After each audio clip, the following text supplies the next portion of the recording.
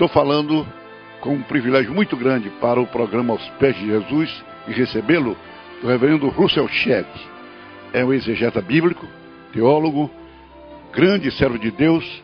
É uma honra muito grande recebê-lo e uma alegria muito maior poder colocar o Senhor diante deste povo que está naturalmente ansioso para ouvir a sua palavra.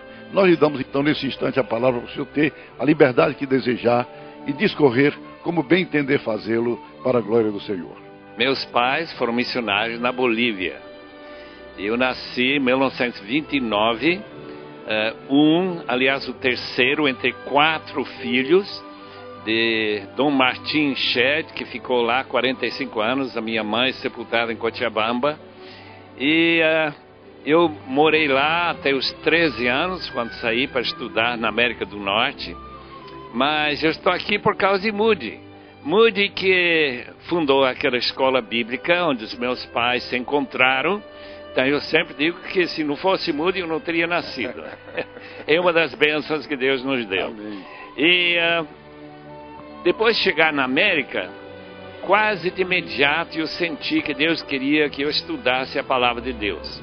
Eu gostava muito de sair com meu pai, ia para aquelas aldeias com uma vela em cima de uma mesa explicando a palavra de Deus. Eu disse, um dia eu quero fazer isso. Então eu comecei a estudar, cheguei na Universidade de Wheaton, Illinois, perto de Chicago. Em 1946 comecei meus estudos, terminei lá, fiz o mestrado lá, daí fui para o Seminário da Fé, presbiteriana por acaso, em Filadélfia. Terminei em 53, passei para frente, para Edimburgo, para fazer doutorado em Novo Testamento. Sempre me fascinou o Novo Testamento. Daí terminado em 55, voltei para a América, ensinei na escola de Birmingham, Alabama, chamada Southeastern, e lá encontrei a esposa, Patrícia. E esse encontro e o casamento em 1957 só deu 5 filhos, somente. E esses 5 filhos agora têm todos casados e todos com filhos, dá 13 netos. Então a gente está tentando multiplicar como Deus mandou, né? Na terra. E nós estamos aqui. Chegamos no Brasil por causa da editora Vida Nova, que começamos a trabalhar em 63, demorou 14 anos. Recebemos a primeira Bíblia Vida Nova em 77, lá na Califórnia, onde foi impressa. E daí muitas edições saíram que nos surpreendeu muito. Vida Nova cresceu de lá para cá e hoje é uma das editoras de referência do país. E nós temos tido muito prazer. Lecionei na Faculdade Teológica durante 30 anos, de 65 a 95. De lá para cá a gente tem trabalhado escrevendo livros, lançando livros e trabalhando com a minha filha Helena e seu marido Edmilson, com essa nova editora chamada Shedd Publicações. Tivemos o privilégio de pastorear a igreja americana chamada Capela Metropolitana, hoje chamada Internacional do Calvário. Isso durante mais ou menos 6 anos. Agora, desde 81, quando nós entregamos as chaves da igreja para o pastor Bill Fawcett, a gente tem andado pelo mundo, lecionando no Instituto Haggai, lecionando também em institutos e seminários. Essa é a minha vida e agora eu espero morrer fazendo isso. Eu não tenho outros planos senão cuidar de estar lecionando e trabalhando na obra do Senhor. Deus tem sido muito bondoso. O senhor tem sido um homem vitorioso pela graça de Deus. Não sei, meu irmão. Eu tenho falhado bastante. Não, essas vitórias a gente lembra especialmente alguns casos de especial importância para mim. Talvez o maior foi em 79, quando ele foi convidado a tomar o palco lá em São Paulo, em Anhembi, e falar para 4.000 estudantes e pastores, naquele famoso Geração 79. E de lá para cá, em todas as gerações até agora. Tem sido uma bênção muito grande. Vitória, né? Vitória espiritual. Outras vitórias, claro, a gente tem com a publicação dos livros que a gente escreveu. Eu nunca pretendi ser escritor. A Bíblia Vida Nova traz um timbre, algo bem importante. Tradução e interpretação, né? Estudos Russell Shedd, Reverendo Russell Shedd. Por que recebeu esse título, essa homenagem? Nos diga alguma coisa. De fato, é uma história muito longa. Mas quando eu saí da Vida Nova, em 91,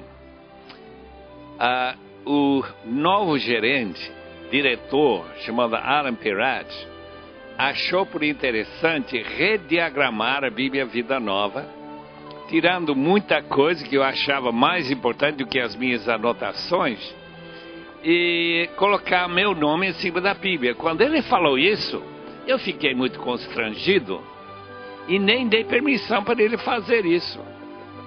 Não, ele disse, é importante, porque senão não vende tanto. Quer dizer, é uma ideia de marketing.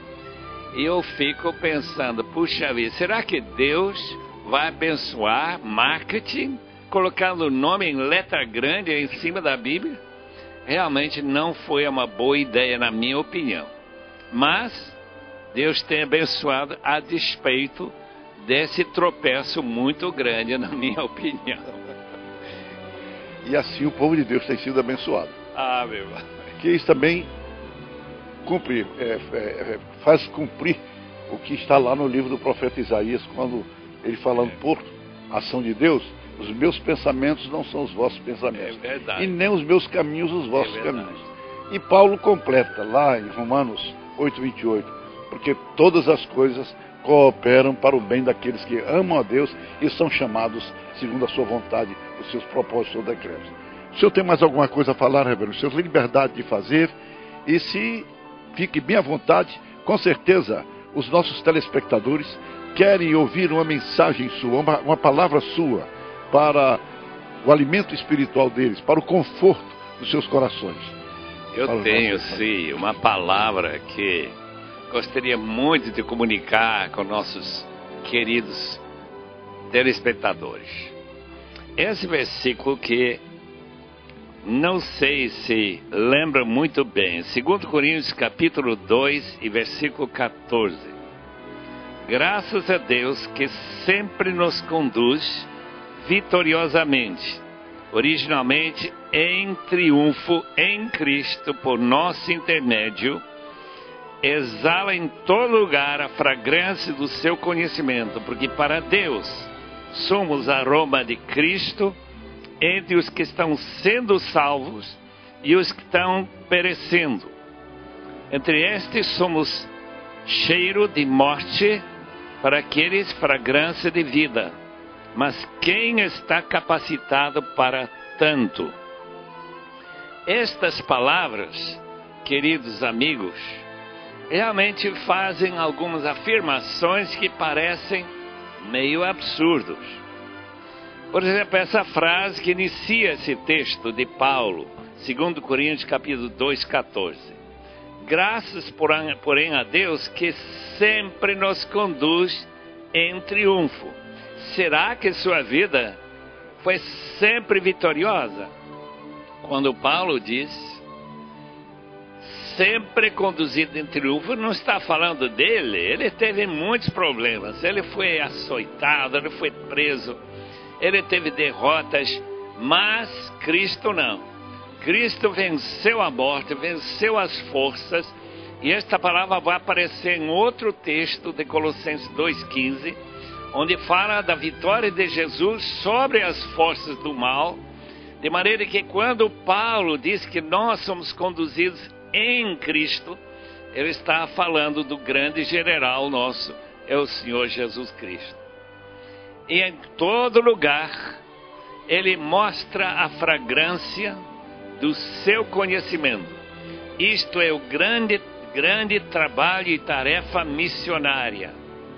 É interessante usar essa palavra de ser conduzido em triunfo para todo mundo, com um cheiro de morte para morte, mas o texto também acrescenta: somos o cheiro de vida para a vida. Isto é para a vida eterna.